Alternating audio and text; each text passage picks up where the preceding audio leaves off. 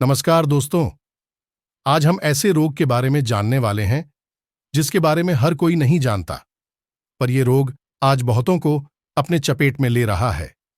इसका सही इलाज नहीं हो पाया तो हमें मौत का सामना भी करना पड़ सकता है। तो वीडियो को पूरा देखें। चलिए शुरू करते हैं। कोरोनरी धमनी रोग क्या है? कोरोनरी धमनी रोग आपकी कोरोनरी धमनियों का संकुचन या रुकावट है जो आपके हृदय को ऑक्सीजन युक्त रक्त की आपूर्ति करती है।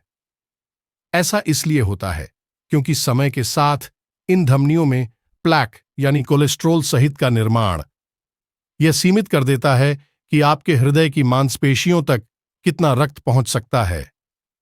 दो ट्रैफिक लेन का चित्र बनाएं जो निर्माण के कारण एक में विलीन हो जाती हैं। ट्रैफिक बहता रहता है बस और धीमी गति से। सीएडी के साथ आपको तब तक कुछ भी गलत नजर नहीं आएगा जब तक कि प्लाक रक्त का थक्का न बना दे। खून का थक्का सड़क के बीच में कंक्रीट के अवरोध की तरह है। यातायात रुक जाता है। इसी तरह रक्त आपके हृदय तक नहीं पहुंच पाता है और यह दिल का दौरा पड़ने का कारण बनता है। आपके पास कई वर्षों तक सीएडी हो सकता है और जब तक आपको दिल का दौरा नहीं पड़ता तब तक कोई लक्षण नहीं दिखाई देते हैं। इसीलिए सीएडी एक मूक हत्यारा है। सीएडी के अन्य नामों में कोरोनरी हृदय रोग और इस्केमिक हृदय रोग शामिल हैं।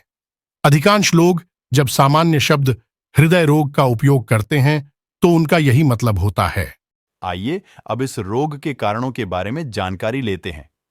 देखा जाए तो इस रोग के कई कारण हैं, जिसमें मुख्य डायबिटीज, मेलिटस, धूम्रपान, उच्च रक्तचाप, मोटापा, शारीरिक निष्क्रियता, आहार संबंधी कारक, धूम्रपान कोरोनरी धमनी रोग विकसित करने और दिल के दौरे से ग्रस्त होने के जोखिम को दोगुने से अधिक कर देता है।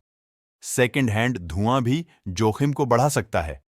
आहार संबंधी जोखिम कारकों में रेशे, विटामिन सी, डी और ई तथा फाइटोकेमिकल्स जो फलों और सब्जियों में मौजूद होते हैं और स्वास्थ्य को बढ़ावा देते हैं कि कम मात्रा वाला आहार शामिल है। कुछ लोगों के लिए मछली के तेलों, ओमेगा 3 पॉलीअनसैचुरेटेड फैट अम्ल की कम मात्रा वाला आहार जोखिम को बढ़ाता है। प्रतिदिन अल्कोहल के 1 या 2 पेग लेने से कोरोनरी धमनी रोग का जोखिम थोड़ा सा कम होता है, लेकिन स्ट्रोक का जोखिम थोड़ा सा बढ़ जाता है। हालांकि प्रतिदिन 2 पेगों से अधिक लेने से जोखिम बढ़ जाता है और जितनी ज्यादा मात्रा होती है जोखिम भी उतना ही अधिक होता है। इस तरह के कुछ मुख्य कारण जो इस बीमारी को बढ़ावा देते हैं। अब देखते हैं इसके लक्षण क्या होते हैं। हो सकता है कि आपको लंबे समय तक कोरोनरी धमनी रोग का कोई लक्षण न दिखे। प्लैक बनने में कई साल, यहां तक कि दशकों भी लग जाते हैं। लेकिन जैसे जैसे आपकी धमनियां संकीर्ण होती जाती हैं, आपको हल्के लक्षण दिखाई दे सकते हैं। इन लक्षणों का मतलब है कि आपका हृदय आपके शरीर में ऑक्सीजन युक्त रक्त पहुंचाने के लिए अधिक जोर से पंप कर रहा है। वृद्ध लोगों में एंजाइना के लक्षण अलग हो सकते हैं और इसलिए उनका आसानी से गलत निदान किया जा सकता है। उदाहरण के लिए, उरोस्थि के नीचे दर्द होने की कम संभावना होती है। दर्द पीठ और कंधों में हो सकता है और गठिए को इसके लिए दोषी ठहराया जा सकता है।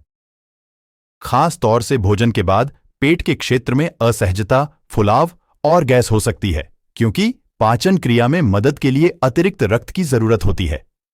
लोग ऐसी असहजता को अपच समझ सकते हैं या इसके लिए पेट के अल्सर को दोषी ठहरा सकते हैं। डकार लेने से इन लक्षणों से राहत भी मिल सकती है।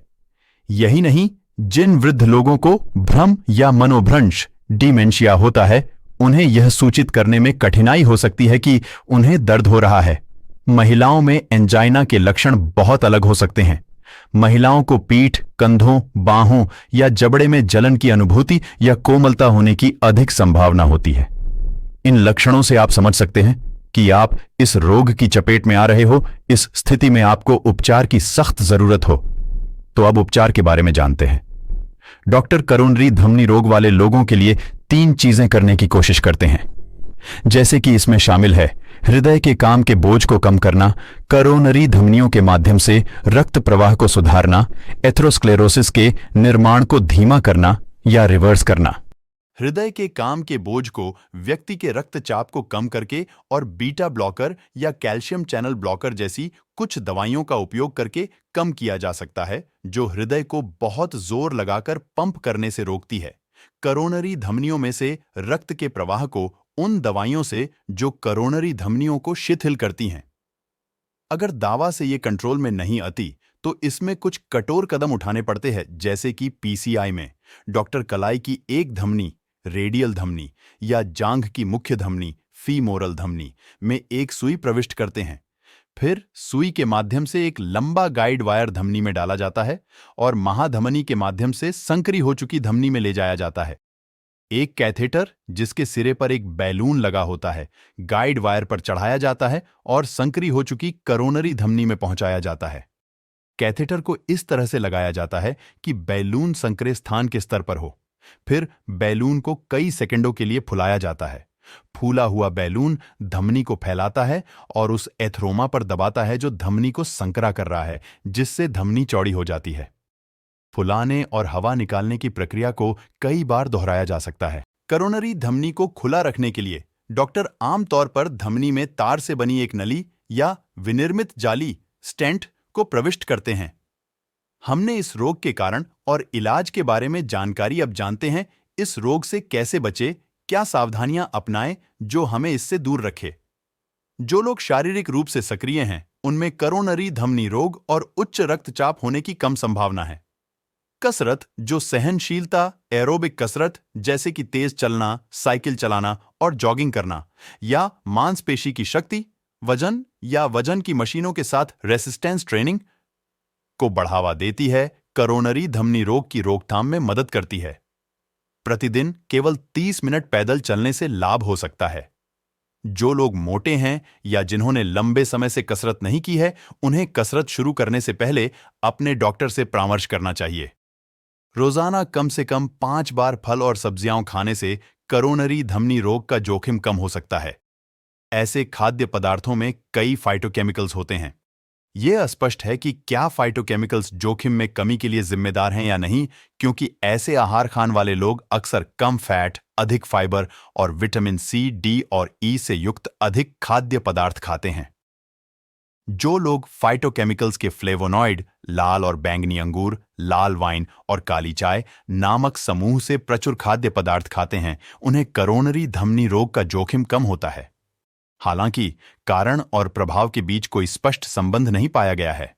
उनके जीवन का कोई अन्य कारक जोखिम को कम करने में शामिल हो सकता है। आशा करते ही कि वीडियो में बताई गई जानकारी आपको पसंद आई होगी। हमारा संकल्प है कि आप स्वस्थ रहे, इसलिए हम आपके लिए ऐसे वीडियो लाते हैं। कृपया हमारे चैनल को सब्सक्राइब करें, इससे हमें वीडियो बनाने में प्रेरणा मिलती है। स्वस्थ रहिए, खुश रहिए। धन्यवाद।